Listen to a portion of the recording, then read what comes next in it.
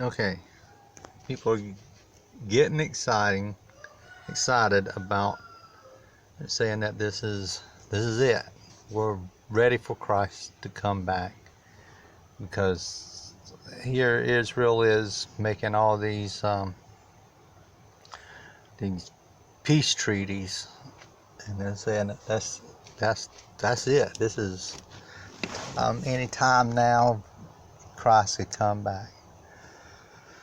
Well, I have to agree that any time now Christ could come back. But I don't think Christ would want us trying to predict when he's coming back. He said, no man knows the time, the hour. Um, there's no way of telling. He said only the Father knows. He made that clear with his disciples.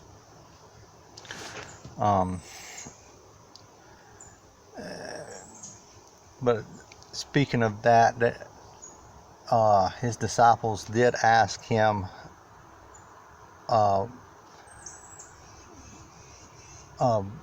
when all this would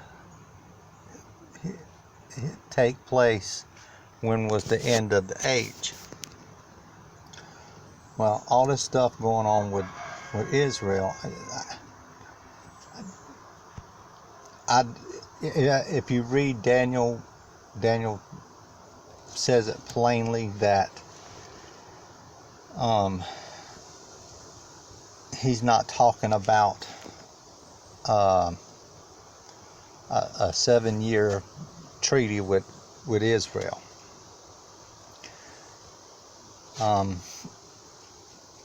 Well, to go back, Matthew's disciples, Jesus's disciples asked him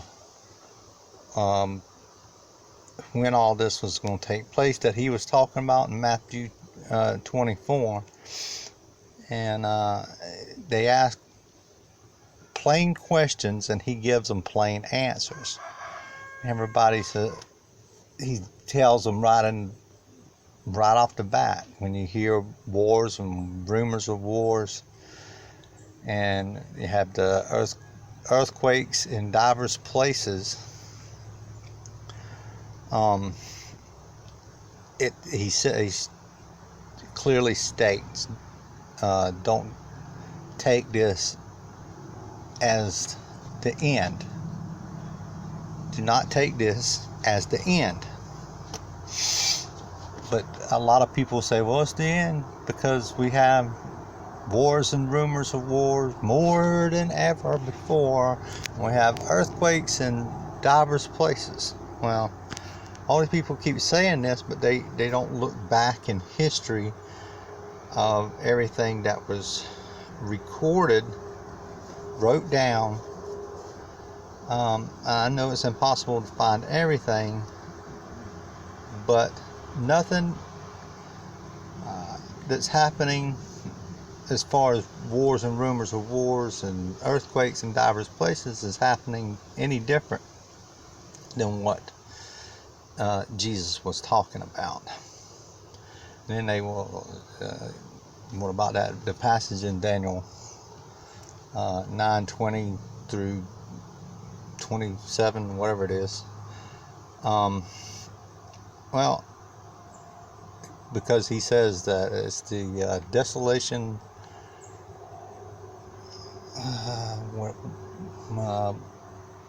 whatever he says, whatever they say it is. I don't know what they say it is, but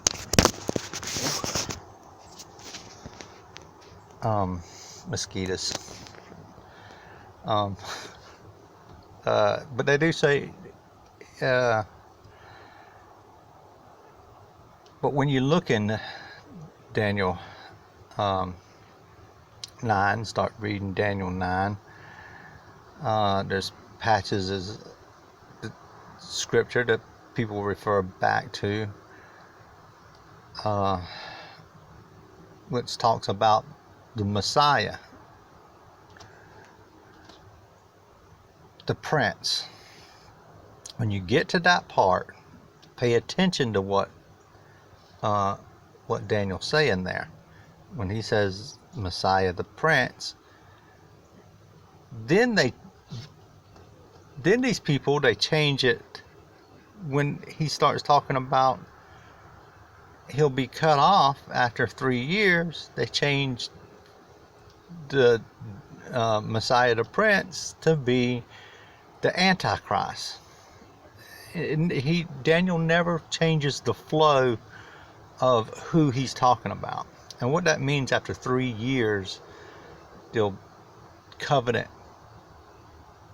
is changed, is that when the covenant is changed or cut off,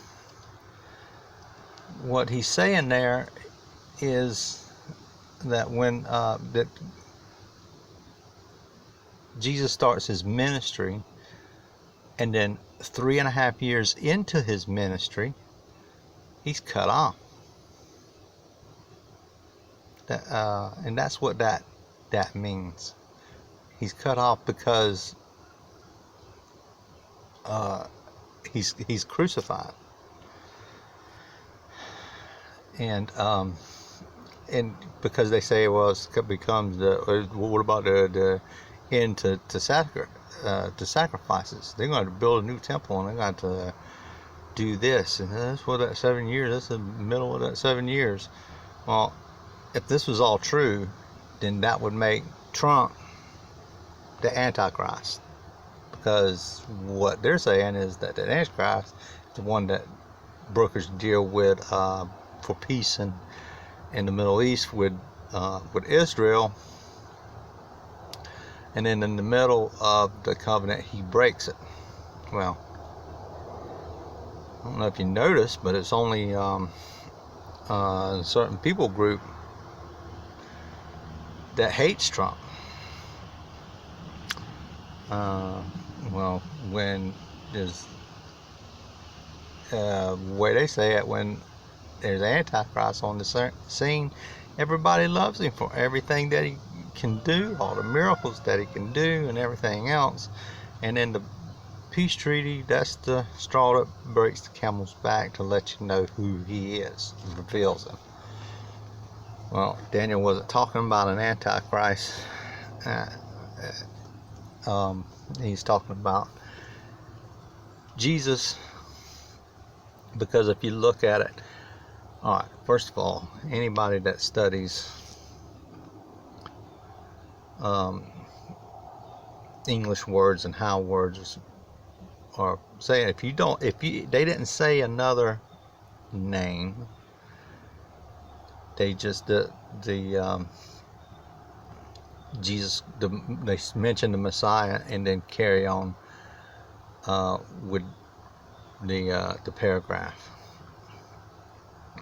And if you read it, you can see it like that, and then he will be cut off, or whatever it is, just like that.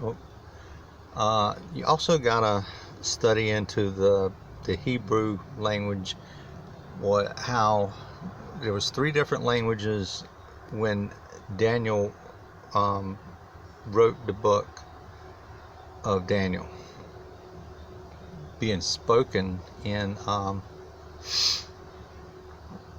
Babylon at the time. You gotta figure out which language that he was doing. Imagine just Hebrew or whatever, Aramaic. Well, Jesus was speaking Aramaic at times in his time. But if the book is written in Hebrew, then you would know that by translating the Hebrew language, that the writer Daniel is still talking about the Messiah, the Prince. Whether you want to argue the point or not doesn't matter. And it means that he just crucified, and that's the the covenant's broken. Okay, so the sacrifices, the veil in the temple is ripped from top to bottom. God's not going to dwell in there no more. There's no need for any more sacrifices. The sacrifices either ceased right then, or they carried it on until the temple was torn down in 70 AD. And it was completely torn down, just like Jesus said. Not one of these stones will remain on the other. That's because they discovered it was gold in the walls, and they tore it all down to get to all the gold. So I encourage you. You don't have to believe what I'm saying, but I encourage you to go read all the passages and study it. Now, the reason why folks do say that it's a 7-year covenant and that's broken in the middle, also got to check history and see where that storyline came in and was introduced to the church. I think in the 1400s or something like that. And then later on was picked up by people like Tim LaHaye and what have you. But if you check it, there was